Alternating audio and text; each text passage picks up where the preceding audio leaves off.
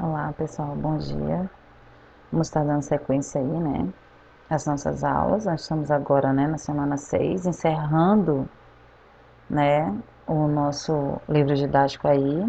E o último, eu deixei para vocês estarem visualizando aí, conhecendo um pouco da poética indígena, o que vem a ser essa poética indígena, o que essa literatura, né, contribui nos dias de hoje, tá? Eu vou pontuar essa poética com o próprio livro de vocês e trouxe um vídeo para que vocês assistam, tá?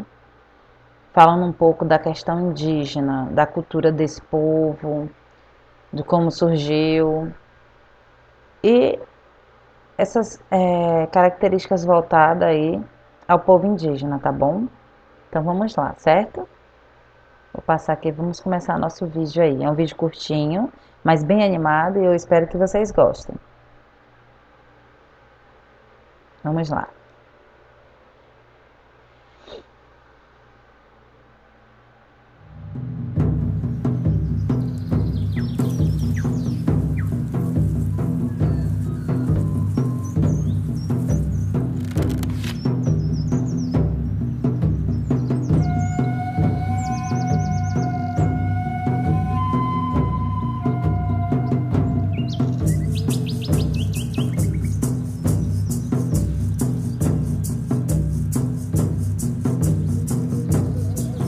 Quando Cristóvão Colombo navegou até a América em 1492, pensou que tivesse chegado às Índias, batizando de índios os nativos que encontrou. Porém, apesar de terem sido generalizados nessa classificação, os índios não se viam como um povo unificado, pois eram divididos em uma variedade de etnias sem qualquer identificação entre si. Acredita-se que os primeiros habitantes das Américas chegaram há mais de 20 mil anos, atravessando uma passagem congelada entre a Ásia e a América do Norte e então espalhando-se por todo o continente. Em algumas regiões, formavam civilizações avançadas. Já no Brasil, fragmentaram-se por todo o território, formando grupos de diferentes tamanhos. Eram sociedades comunais, descentralizadas e igualitárias, vivendo da caça, pesca e agricultura de subsistência, e em sua maioria seminômades, mudando suas aldeias de local conforme os recursos naturais fossem se esgotando, permitindo, mesmo que involuntariamente, a recuperação natural do solo abandonado.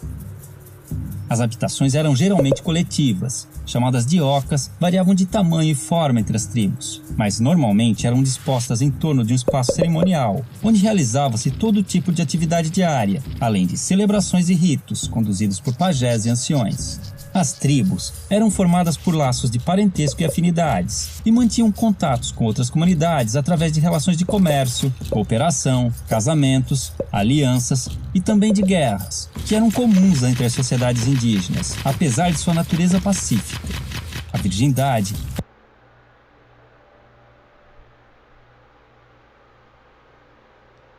a caça, pesca e liderança tribal, além da construção da aldeia e o plantio, enquanto as mulheres cuidavam da colheita, do preparo de alimentos e da fabricação de utensílios e adornos. A educação das crianças era a tarefa de toda a tribo e a autonomia era estimulada. Já os doentes e inválidos costumavam ser abandonados à própria sorte.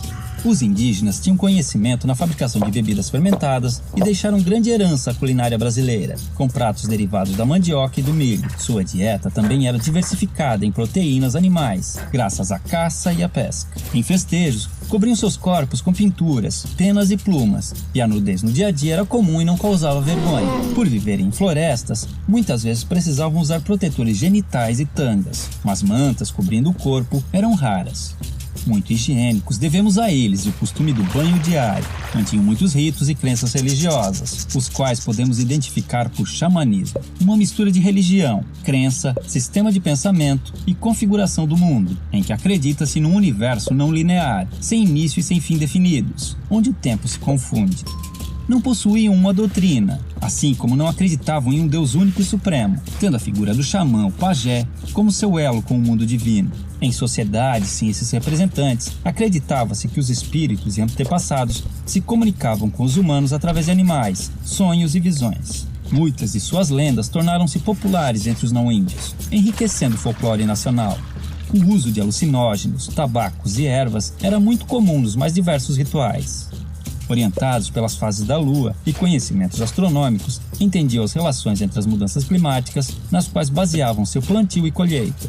Antes da chegada dos europeus, acredita-se que existiam mais de 1.300 idiomas nativos, hoje reduzidos a apenas 270, que deram origem a diversas palavras da língua portuguesa.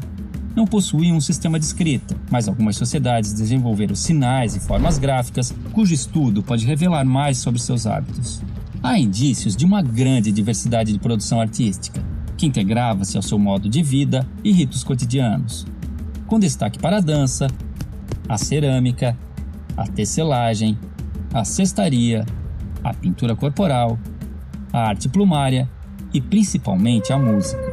Contudo, os indígenas não possuíam a figura do artista, e todos podiam ser hábeis em diversos aspectos, pois dedicar-se exclusivamente a uma atividade, como na sociedade atual, era sinal de desequilíbrio espiritual e obsessão. Quando os portugueses chegaram em 1500, estima-se que encontraram mais de 5 milhões de indivíduos, divididos em tribos e comunidades, diferentes entre si, mas iguais aos olhos do colonizador, responsável por reduzi-los a menos de 600 mil em poucos séculos.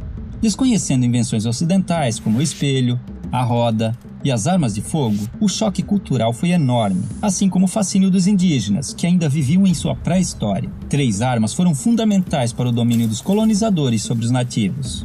A arma de fogo, aliada nas conquistas das tribos e determinante na aceitação da superioridade portuguesa pelos índios remanescentes. A Bíblia do Jesuíta, responsável pela aculturação dos indígenas e a adequação ao moralismo cristão dos ocidentais. E uma invisível e poderosa arma biológica, inicialmente de forma involuntária, mas por vezes criminosa, o contato com os estrangeiros espalhou doenças e epidemias, às quais os nativos não possuíam imunidade, dizimando-os aos milhares e facilitando a ocupação de suas terras, como aconteceu no sul do Maranhão, onde fazendeiros deram roupas infectadas com varíola para as tribos locais.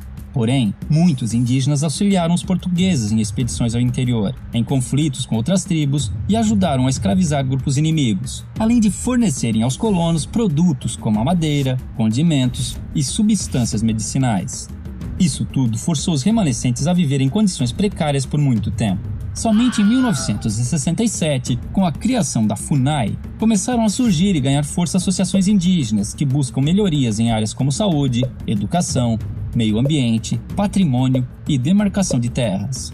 Em 1961, foi criada a primeira reserva indígena brasileira, o Parque do Xingu, representando um grande avanço nas conquistas desse povo. Há hoje no Brasil comunidades indígenas em todos os estados, e muitas lutam pela sobrevivência e manutenção de seus costumes e tradições, sendo constantemente ameaçadas pelo agronegócio, que busca expandir seu território, mesmo através de métodos irregulares. Muitos índios são mortos em conflitos ou expulsos de suas terras, acabando em situação de pobreza nas grandes cidades, vítimas de preconceito e violações de direitos humanos. Como se não bastasse, alguns povos começaram a sofrer novas influências de grupos religiosos neopentecostais, que, impondo conceitos como o pecado e a culpa, geraram conflitos internos, fazendo os índios verem no suicídio uma saída para seus problemas. Contudo, ainda existem tribos isoladas no mundo moderno, vivendo como seus ancestrais, principalmente na região amazônica. Outro caso interessante são grupos que vivem em cidades e reivindicam a condição de povo indígena, num processo conhecido como etnogênese, pois, de acordo com a antropologia, a etnia vai além dos traços físicos, sendo também um grupo social, e enquanto mantiverem seus sentidos e valores se identificando como tais, esses indivíduos não deixarão de ser índios. Assim, podemos vê-los integrados aos hábitos modernos e vivendo nas cidades,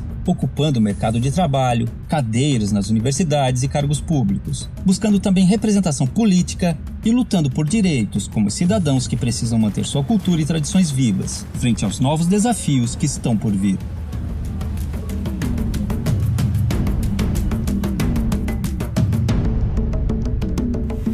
Então, gente, voltando aqui, né?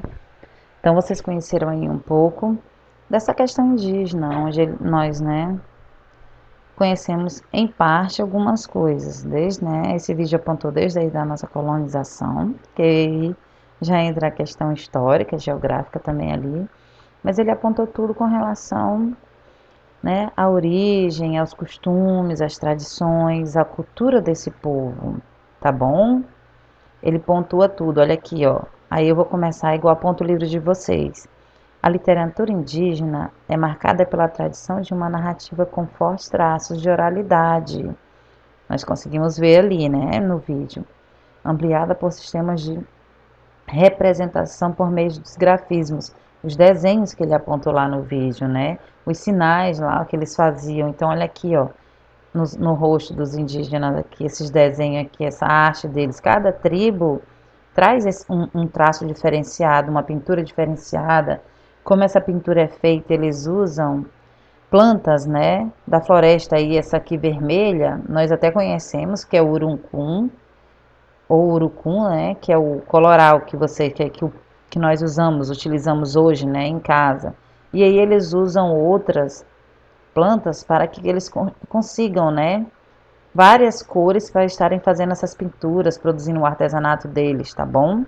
Então, essas pinturas são chamadas de grafismos, que contribuem uma narrativa ou outra, que difere do conceito escrito da palavra impressa, não é isso? Não deixa de ser uma forma de linguagem deles. Os grafismos indígenas são narrativas de histórias e informações com uma linguagem e leitura própria, portanto devem ser valorizadas na sua especialidade. É igual lá no Egito, quando tem, né, aqueles desenhos lá que eles colocam naquelas pirâmides, não é diferente do índio. Então, cada povo tem a sua forma de linguagem, a sua forma de se comunicar. E esses desenhos aqui da cultura indígena é a maior delas, entendeu? Vamos lá para o próximo slide. Aqui, ó. Vamos grafismar, ou seja, falar do grafismo indígena. Em que grupos apreciam grafismos presentes nos rostos dos indígenas? Os quais, em geral, resultam da observação da natureza. São sínteses, são resumos, né, gráficos, combinadas a linhas, faixas e listras gregas. Então, é uma mistura essa linguagem aí. De modo geral, existe uma visão da arte indígena que considera primitiva, ingênua e simples. Não é bem assim, né? Observando os grafismos, é possível concordar com essa visão? E aí, vocês vão ver, vão pontuar se vocês consideram, igual no videozinho que vocês assistiram, se ela pode ser primitiva, sim, mas ela é ingênua, ela é simples. Que importância para nós, né, o povo brasileiro, os brasileiros, o conhecimento sobre a cultura indígena? O que contribui, né, para a nossa cultura hoje, para a nossa sociedade hoje, tá? Especialmente o conhecimento sobre os grafismos indígenas. Temos várias pessoas aí hoje, aqui até na nossa Universidade Federal, pessoas que estudam essa questão indígena, tá bom? Então vamos aqui, dando sequência. Poética indígena, continuando, né? A grande diferença entre a escrita ocidental e a escrita dos índios é que para estes, o corpo da escrita, o corpo nosso, o corpo da terra, né, se integram multiplicadamente, ou seja, para eles tudo é uma forma de escrita, tá bom? Aqui, ó, olha um trechinho do poema aí. Escrevivência indígena, ao escrever dou conta da ancestralidade, do caminho de volta, do meu lugar no mundo, o que é ancestral. Os índios, eles têm uma cultura, como vocês viram ali, é da parte religiosa, tá? Ancestral, de respeitar os que vieram antes deles. E depois que essas pessoas partem, né, elas morrem, eles guardam esses ancestrais aí, né, como pessoas, né, importantes para eles, tá bom? Não ficam esquecidos. Os índios têm muito essa questão de respeitar os que vieram antes, certo? Vamos lá. Aí aqui, ó, os brancos pensam que o índio não é gente. É igual passarinho, tá lá no mato, vivendo livre e solto. É só disso que precisam? Não, né, gente? Os índios não precisam só disso, tá? Mas lá é essa forma que eles têm da vida. É a vida que eles já possuíam antes de sermos, né? Um país aí, quando fomos colonizados, tá bom? Então, não só disso vive o índio, ele tem as necessidades deles igual, né? a gente, tá bom? Vamos lá. E a literatura indígena, né, é uma forma de perpetuar o conhecimento oral, ou seja, quando um índio ou indígena escreve sobre o próprio povo, ele está traduzindo para a escrita experiências que aprendeu por vivência cultural, né? Sua família, suas raízes, ele vai trazer isso de forma escrita, seja essa escrita, né, por meio de livros, de poesia deles, ou por meio dos grafismos lá que nós conhecemos, que nós vimos, né? Ele fala da origem de sua essência, do que aprendeu e ao qual deve respeito e o que verdadeiramente é, pois fala com propriedade daquilo que conhece. Então ele conhece o mundo ali que ele vive, a volta dele, a cultura dele, a essência dele, o que ele produz, como ele faz para produzir esses, né, esses produtos, tá bom? Vamos lá. Aí aqui eu trouxe, né, mais uma canção, a Canção Peregrina, trouxe uma estrofezinha aí que tem no livro de vocês. Eu canto a dor desde o exílio, tecendo um colar de muitas histórias de diferentes etnias. Nós temos N's aí hoje, né? Aí aqui, se vocês forem no livro de vocês, colocarem lá no celular, nesse código QR aqui, vocês vão ver o que pontua sobre essa questão indígena também. Olha aqui os colares, gente.